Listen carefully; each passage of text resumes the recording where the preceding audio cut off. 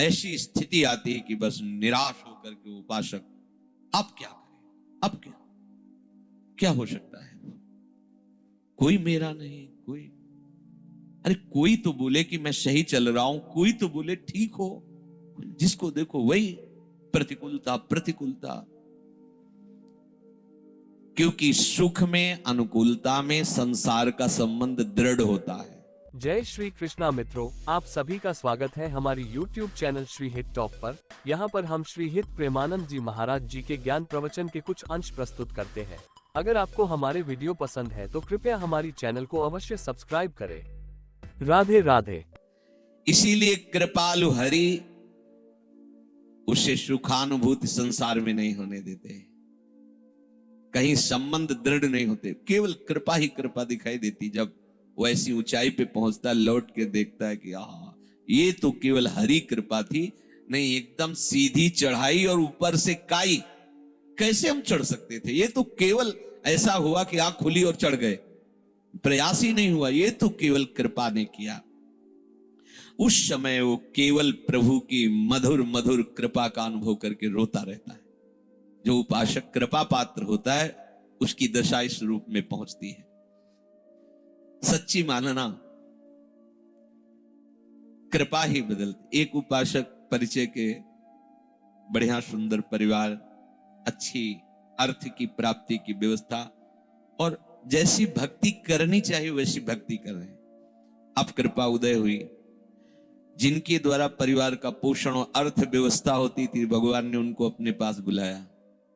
अब जो भी वो धीरे धीरे सब छूटता चला गया। अब अखंड वृंदावनवासी बैरागी स्वरूप भजन परायण प्रगट में देखने में लगा सब उजड़ गया, लेकिन आंतरिक वृत्ति से देखो तो लगा सब संभल गया। प्रभु ने कृपा करके कैसा संभाला कि अब कोई रास्ता ही नहीं रह गया, एकमात्र प्रभु का रास्ता रह गया। तभी तुम परमानंद में जा सकते हो, जब प्रभु की कृपा ऐसे घेर लेती, दिखाई देता घेर लिया कृपा ने। अब रोते रहो या चिल्लाते रहो, तुम्हारे रोने चिल्लाने का कोई वहां फर्क नहीं पड़ता।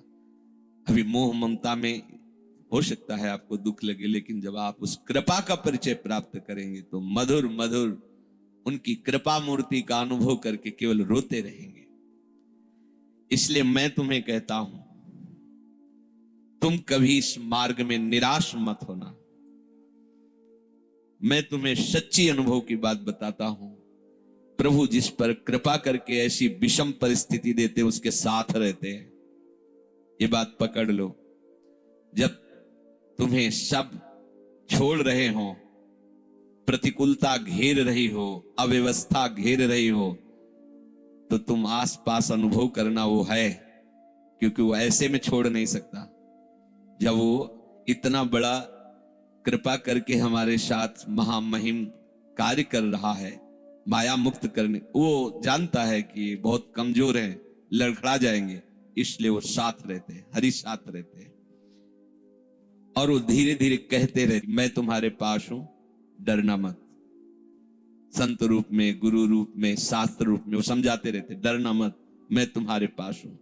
सच सच वो अपनी गोद में ले लेते हैं ऐसे उपासक को, वो अपने अंक में ले लेते हैं। जिसको जगत से निराशा मिली वो हरि की गोद में बैठ जाता है। तो बलिहारी है ना ऐसी निराशा की, ऐसे दुख की।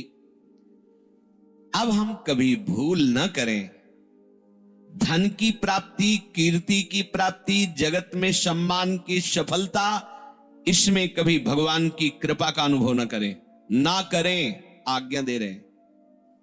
ठीक है, महाराज अम्बरीश अपने समस्त वैभव को स्वप्न तुल्य मानते थे, चरित्र में आया है। उसका कोई महत्व तो नहीं होना चाहिए। दीनता, दुख, अभाव, निंदा, असम्मान, ये महामधुर मंगलमय भगवान की कृपा हुई है, इसे आदर पूर्वक स्वीकार करो।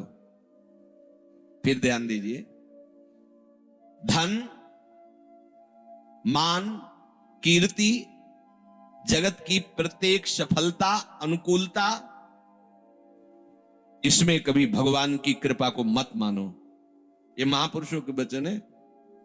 दूसरे इसमें टिप्पणी कर सकते हैं कि भगवान की कृपा न माने तो इसमें क्या माने? ये भगवान की कभी कृपा नहीं हो सकती। वो अपने कृपा पात्रों को माया में नहीं फंसाते हैं, इसी का नाम माया है। जब उसकी चित्त वृत्ति भगवदाकार होती तो स्वयं यश फैल जाता है, स्वयं सारे वैभव उसके चरणों में लौटते हैं, पर वो उसका आदर नहीं करता, अंदर से उसके प्रति मात तो नहीं रहता। ये अंदर की बातें हैं। दीनता, दुख, अभाव, अकीर्ति, निंदा, असम्मान, मधुर मधुर मंगल में भगवान की कृपा हुई है, इसको स्वीकार करो। यह है भगवान की कृपा। अब बोलो, हमारे ऊपर भगवान की बड़ी कृपा है। अनुभव करो, तुम्हारे ऊपर प्रभु की बड़ी कृपा है। जो इस मार्ग में अमुक प्रकार का अगर वास मिल जाता, अमुक अमुक प्रकार की हमारे को सुविधा मिल जाती, अमुक भोजन पद्धति से मिलता, अमुक प्रकार से लोग हमसे मिलते, अन्य अन्य सुविधाएं, तो हम समझे भगवान की कृपा है। ये अज्ञान है, कभी इसे अपने हृदय में आने मत देना। जब कोई आपको आदर से बुलाए, कोई सम्मान करे, तो आपकी दृष्टि में भी वो नहीं आना चाहिए, आंतरिक दृष्टि में। जैसे कोई हमें जिस गली में जाते हो गाली देता हो और हमसे द्वेष मानता हो, तो हम उस गली में भी नहीं जाना चाहेंगे, अहंकार होने के कारण। ऐसे भक्त जिस गली में आदर होता हो, माला पहनाया जाता हो, उसकी कीर्ति सम्मान हो, उस गली में नहीं जाना चाहिए। और जिस गली में अपमान होता हो, गाली मिलती हो, हफ्ते में 1-2 बार तो उसमें जाना ही चाहिए, जिससे पता चलेगा कि हमारे हृदय की स्थिति क्या है। यह है उलट याप में समा, ये उल्टा मार्ग है। जब आपके हृदय में निंदा करने वाले का और प्रशंसा करने वाले का, दोनों के प्रति कोई भगवत भाव की सिवा अन्य भाव ना हो, तो समझ लेना अब कृपा फलीभूत हो गई है, अब हृदय की स्थिति बन गई। श्री स्वामी ओंकारानंद सरस्वती जी नजफगढ़ के, जब उनके पास गए, पहले से ही जन्म से ही उनकी कृपा रही, पूर्व ग्रह में जाते रहते थे। तो जब संत वेश में गए, नई अवस्था, बहुत हंसे। कहा, बेटा हमें पता था ऐसा ही होगा, पर ध्यान रखना, साधुता बहुत कठिन बात है। साधु को कुत्ते जैसा स्वभाव बनाना चाहिए। मुझे समझ में नहीं आया साधु स्वभाव और कुत्ते का स्वभाव। महाराज जी मेरी समझ में नहीं आया। बहुत ब्रह्म प्राप्त महापुरुष तेजो में एकांत खंडहर गंगा किनारे रहते थे, कोई सुविधा नहीं किसी भी तरह को। एक अल्मोनियम का कटोरा जैसे भिक्षुक लोग रखते हैं, ऐसे ही बस रखा रहता, उसी में जो भिक्षा आई पा लिया। बोले, बेटा जैसे कोई साधु को आदर से बुलावे कि आओ भिक्षा ले लो, जब वहां पहुंचे और दबका के भगा दे, वो 4 कदम चले, फिर आदर से आओ, तो बोले उसको सोचना भी नहीं चाहिए कि अभी तो दबकाया था, फिर बुला क्यों रहा है। ऐसे अगर 10 बार बुलाए तो 10 बार वापस हो जाना चाहिए। जैसे कुत्ता है, आप टुकड़ा डालो और फिर दबका दो, फिर आप पुचकारो, फिर आ जाए, फिर ऐसा स्वभाव होना चाहिए। और साधु को मन को ऐसे मारना चाहिए। 2 उपदेश उन्होंने उस दिन पहले दिन दिए थे। जैसे बंदर सांप को मारता है, हमने कभी देखा तो था नहीं, तो बेटा वो बड़े भाव में एकदम बच्चों जैसा स्वभाव होता है, जो ब्रह्म प्राप्त महापुरुष बंदर जैसे सांप को ऐसे पकड़ता है, वो खूब हंसते, ऐसे वो एकदम ऐसा लगता हंसी की धारा आ रही, आनंद की धारा, लाल चेहरा हो जाता है। बोले वो उसको लेके से पेड़ में ऐसे ऐसे घसता है उसके मुंह को, फिर कान में लगाता है, अगर थोड़ा भी सूं हुआ फिर घसता है, मरने पर भी उस घसता रहता है। बोले ऐसे ही उपासक को अपने मन को मारना चाहिए। जरा भी हलचल मन में समझ में आए, फिर नाम भगवत चिंतन, वाणी ब्रह्म चिंतन इतना रगड़ दो कि मन मर जाए, फिर साधु हो जाता है। तो मानापमान की भावना का त्याग भगवत कृपा से ही होता है। जगत में चाहे जितनी प्रतिष्ठा हो ये स्वप्नवत है, कोई बात आंख मूंदी चाहे जो कुछ बने रहे हो, अब तुम्हारे कर्म तुम पे लागू होके कहां ले जाएंगे? ये पद प्रतिष्ठा कोई तुम्हारे साथ नहीं जाएगी। भगवान जब देखते हैं कि हमारे भक्त का बुखार बढ़ रहा है अहंकार का, तो बिना किसी अपराध के वैसा जाल रचते हैं कि उसका अपमान होता है और निंदा होती है। अहेतु की कृपाल है, बस अपने उनकी कृपा को समझ नहीं पाते। वो रचते हैं, आपको लगेगा मैंने ऐसा कुछ नहीं किया, क्या मैंने किया, क्या अपराध था, ये सब क्यों बवंडर हो रहा है, गाली दे रहे हैं लोग, निंदा कर रहे हैं, हमने क्या किया, कौन से गलत कार्य कर, कुछ नहीं। ये भड़बड़ाने की जरूरत नहीं, ऑपरेशन हो रहा, चुप शांत थिएटर पे हो। तुम्हारे अहंकार का बुखार कहीं बढ़ रहा है, तुम्हें समझ में नहीं आ रहा, पर उस कृपा सिंधु ने देख लिया, सर्वज्ञ है ना। अब वो बिना किसी कारण के जाल रचेंगे, आपका अपमान होगा, निंदा होगी, और निंदा उसी से करवाएंगे जिससे प्रतिष्ठा होने की संभावना है। निंदा, अपमान, अकीर्ति, तिरस्कार, अप्रतिष्ठा, बिना दोष के लांछन, जब ये तुम पे बरसने लगे तो समझ लेना प्रभु दूर नहीं नजदीक ही है, मिलने वाले हैं। कौन चाहता है भगवत प्राप्ति? है? कौन चाहता है? बातें बनाना अलग है, प्रभु जिसको प्यार करते हैं उसको अपने समान बनाते हैं, ये भगवत समान बनाते हैं। इन्हीं में तो हम फंसे हैं, और ये तो सब अहंकार का पोषण करके बार बार जन्म मरण इन्हीं से तो होता रहा है। हम उन कृपालु की कृपालुता को ना समझकर हम समझते हैं भगवान अब हम पर अपनी कृपा हटा ली है, इसीलिए पग पग पर हमें विपत्तियां मिल रही हैं। जब तक किंचन मात्र भी आदर सम्मान कीर्ति, ये हमारे प्रिय मित्र हैं, ये हमारे प्रिय संबंधी हैं, ये हमारे बंधु बांधव हैं, और ये हमारे कहने पर प्राण भी त्याग सकते हैं। अगर ऐसी किसी के भी प्रति बात हो तो हटा देना, नहीं तो ऑपरेशन शुरू हो जाएगा। बहुत कृपालु हैं प्रभु। तनिक सी कृपा कोर सब तुम्हारे इन मानसिक कल्पनाओं का विनाश कर देगी। डरते रहो इस बात से, किसी को अपना मत कहना, नहीं धोखा हो जाएगा। या तो विवेक से आपके अंदर से अपनापन हटा देंगे, सामने से ही हटा देंगे। अच्छा कहते भगवान ऐसा क्यों करते हैं, उसने क्या लिया था, तो वही तो है उसमें, और कौन है, वो अपने आप को समेट लिए। एको हम बहुश्यामा, बहुश्यामा से एको हम। कोई पाप हुआ, कोई अपराध हुआ, वहां तुम्हें देखने में लग रहा था कि माताएं, भाई हैं, बेटा, ये मित्र है, ये अमुक, तुम्हें लग रहा था, और वही तो एको हम बहुश्यामा, वही तो बने हुए थे, अपने में समेट लिया। अब तू नहीं समझ पा रहा है कि मैं इन सब रूपों में तो देख, ये सब रूप मेरे ही, समेट लिया। अब केवल हरिशरणम। अब जब लोग कहे कि अच्छा चलो भक्त के साथ से, लेकिन सामने वाले ने क्या किया था, तो सामने वाला प्रभु ही तो था, वो नहीं जान पा रहा है, इसलिए जनाने के लिए उसको अपने में लीन कर लिया, क्योंकि वही बने हुए थे। अब एक ही रह गए हरि। अब चल,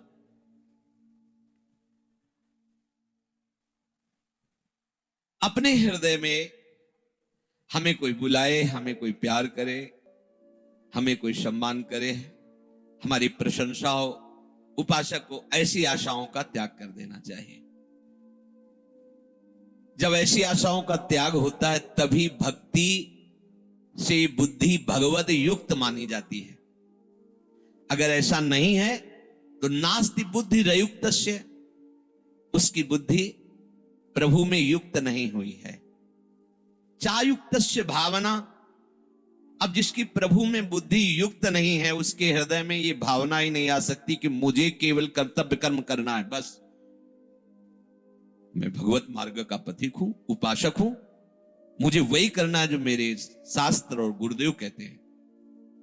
अगर बुद्धि प्रभु में स्थित नहीं है, भोगों में स्थित है, तो ये निश्चय ही नहीं कर सकता, नहीं कर सकता। सब देखने को मिलता है। मन और इंद्रियों का संयम करना उपासक का मुख्य कर्तव्य होता है, और यह होता है भजन से। भजन से विवेक पूर्ण बुद्धि मन और इंद्रियों को गलत मार्ग में जाने से रोकती है। जिसका मन और इंद्रियां संयमित नहीं है वो असंयमी पुरुष कभी मेरी प्राप्ति की भावना ही नहीं कर सकता। नास्ति बुद्धि रयुक्तस्य न चायुक्तस्य भावना। नहीं कर सकता है। मन और इंद्रियां हलचल मचाए हुए हैं भोगों के लिए, मान सम्मान के लिए, जैसा भी आपने सुना। वो कभी मान चाहता है, कभी सुख चाहता है, कभी आराम चाहता है, कभी धन चाहता है, कभी भोग चाहता है। भीतर ही भीतर उसके सब खलबलियां मचती रहती कामनाओं की। इसलिए वो निश्चय ही नहीं कर पाते कि मुझे प्रभु चाहिए, मुझे प्रियालाल चाहिए। और जिसकी बुद्धि प्रभु में नहीं लगी, अर्थात मेरे को केवल कर्तव्य पालन करना है, भगवत प्राप्ति तो गुरु कृपा से होगी, मैं एक भी अक्षर उनकी आज्ञा का उल्लंघन नहीं कर सकता, कुछ मिले ना मिले, इसे कहते हैं युक्त बुद्धि। तो नचायुक्त से भावना, जब कर्तव्य पालन की तुम्हारे अंदर बात ही नहीं आई, तो कामना, आसक्ति, नाना प्रकार की भोग वासनाएं ये अंदर बनी तो रहेंगी। और जब तक इनका त्याग नहीं होगा तब तक भावना ही नहीं बनेगी कि हम प्रियालाल को कैसे रिझाएं, प्रियालाल को कैसे प्राप्त करें। भावोत्सवेन भजतामृष कामधेनु, जब तक बुद्धि युक्त नहीं हुई तो भावना ही नहीं बनेगी। न चा भाव यतः शांति, जब तुम्हारी भावना ही नहीं बनी है तो तुम्हें शांति कैसे प्राप्त हो सकती है, विश्राम कैसे मिल सकता है। वो अशांत से कुतः सुखम, जो अशांत है हृदय, वो दिव्य सुख का अनुभव कैसे कर सकता है। ये अहंकार का पोषण करने का स्वभाव उपासक छोड़ दे। कई उपासक जिसे बताते, हम नित्य लीला में प्रवेश, हम बार बार इसलिए कह रहे हैं कि वास्तविक नित्य लीला में प्रवेश कराना हमारे आचार्य, हमारे गुरुजनों का प्रयास है। जो रसरीति सबंते दूरी, सो सब विश्व रही भरपूरी, मूर्ष जीवन कह दई, वो नाटक करने के लिए तुम्हें आदेश नहीं करते, तुम्हें वास्तविक लीला में प्रवेश कराना चाहते हैं आचार्य, महापुरुष जन। आप उनकी आज्ञा के अनुसार चलिए। चार लोग बेचारे अज्ञानी हो, जान लेंगे कि आप नित्य लीला में प्रवेश कर रहे हो, कर चुके हो, प्रणाम करें, नमस्कार, उसे होगा क्या। और प्रवेश तुम किए हो इंद्रियों के भोगों में। अरे उस सर्वज्ञ प्रभु की दृष्टि से कोई बच थोड़ी सकता है। ये नाटक क्यों, किसकी रिझाने के लिए, ये दंभ पाखंड क्यों, केवल उदर पोषण और कुछ आवश्यकताएं। यह तो बढ़िया है भैया, बाबागिरी का भेष उतार दो और लेबरी करो, 400-500 रुपया एक दिन में कमाओ और मनमानी सामग्री लो, फिर चलो, और उसमें भी गाय और पशु पक्षियों का कुछ भाग निकाल दो और नाम जप करो, तो बढ़िया तुम्हारी सदगति हो जाएगी। संत बन के भगवत मार्ग के पथिक होकर, उपासक होकर, इस बात से अपने को पुजवाना कि मुझे भगवत प्राप्ति हो गई, मैं नित्य लीला में प्रवेश, खिलवाड़ समझा नित्य लीला में प्रवेश होना। अरे रोते रहे बड़े बड़े महापुरुष लाडली जू से, कभी तो कृपा कोर करो। जो अब आप देखो, भोरी सखी सेवा कुंज में जो बंदर भी नहीं खाते थे चने, उन ठुड्डियों को बिन करके एक मुट्ठी यमुना किनारे, कितनी जितेंद्रियता है, कितना संयम है, किसी से कोई, वो रोते थे श्री जी के लिए। पूरा जो भोरी सखी के पद हैं आप पढ़ के देखो, उनमें कैसा उनका प्रेम बरस रहा है पदों में। अगर हम वास्तविक नित्य लीला में प्रवेश होना चाहते हैं तो हमें अपने मन और अपने इंद्रियों को प्रियालाल के उच्छिष्ट में ही संयमित करना होगा। और बुद्धि में निश्चय करना है कि चाहे जितना तुम हमें प्रलोभन दो, चाहे जितना तुम हमें आकर्षित करो, इस जन्म में चूक होने वाली नहीं, इस जन्म में मुझे प्रियालाल चाहिए। किसी के द्वारा दिए हुए सम्मान को कभी स्वीकार मत करना, ये बहुत बड़ा जहर है। साधक इससे भ्रष्ट हो जाता है। कोई तुम्हें प्रणाम कर रहा है, नमस्कार कर रहा है, हो सके तो तुम उसे प्रणाम करो, उसे स्वीकार मत करो। अंदर कभी स्वीकार मत करो कि मुझे ये जो पैर छुआने में आपको सुख मिलने लगा या आप इसे अच्छा समझते हैं, तो आपसे प्रार्थना है, आप सावधान हो जाइए, आपका पतन शुरू हो चुका है। कोई भी हो, अगर जो झुक करके आपको प्रणाम कर रहे हैं, पैर छू रहे हैं, और तो आप समझ लीजिए कि आपने अपना पतन शुरू कर दिया है। आपकी स्वीकृति, वो आपको गाली दे तो कोई फर्क नहीं, कोई प्रणाम करे तो कोई फर्क नहीं होना चाहिए। अगर फर्क है अंदर में तो तुम देख लीजिए। शरीर स्वस्थ हो तो अगर तुम्हें कोई पंचांग प्रणाम कर रहा है तो तुमको भी पंचांग प्रणाम करना है। नहीं करना है तो स्वीकार ही नहीं करना है, राधे भी नहीं बोलना। जल्दी तुम्हारी श्रद्धा है, प्रणाम। जब आप बोलोगे नहीं तो वो अगर दिखाने के लिए प्रणाम कर रहा है बंद कर देगा, अगर वो श्रद्धा से प्रणाम कर रहा है तो जिसको प्रणाम कर रहा है वो देख लेगा। स्वामी को प्रणाम कर रहे हैं, हम स्वामी के दास, अपने को स्वीकार नहीं करना। प्रणाम, नमस्कार, वंदना, आदर इस वेश का हो रहा, वेश आचार्य और गुरुदेव का है, श्री जी का है। मुझे बिल्कुल नहीं कि ये आदमी प्रणाम किया साष्टांग और कैसे, नहीं, उससे तो बोलना ही नहीं। बिल्कुल ये नियम, सम्मानम कल्याति घोर गरलम, समझोगे नहीं तो फिर ये सब प्रवचन चलता रहेगा, तुम सुनते रहोगे और अध्यात्म उन्नति नहीं होगी। यदि भगवत मार्ग में आपको इसी जन्म में भगवत प्राप्ति करनी है तो बहुत सावधानी की यह आवश्यकता है कि प्रियालाल के सिवा हमें कोई नजर ना आवे, प्रियालाल के सिवा कुछ अच्छा ना लगे।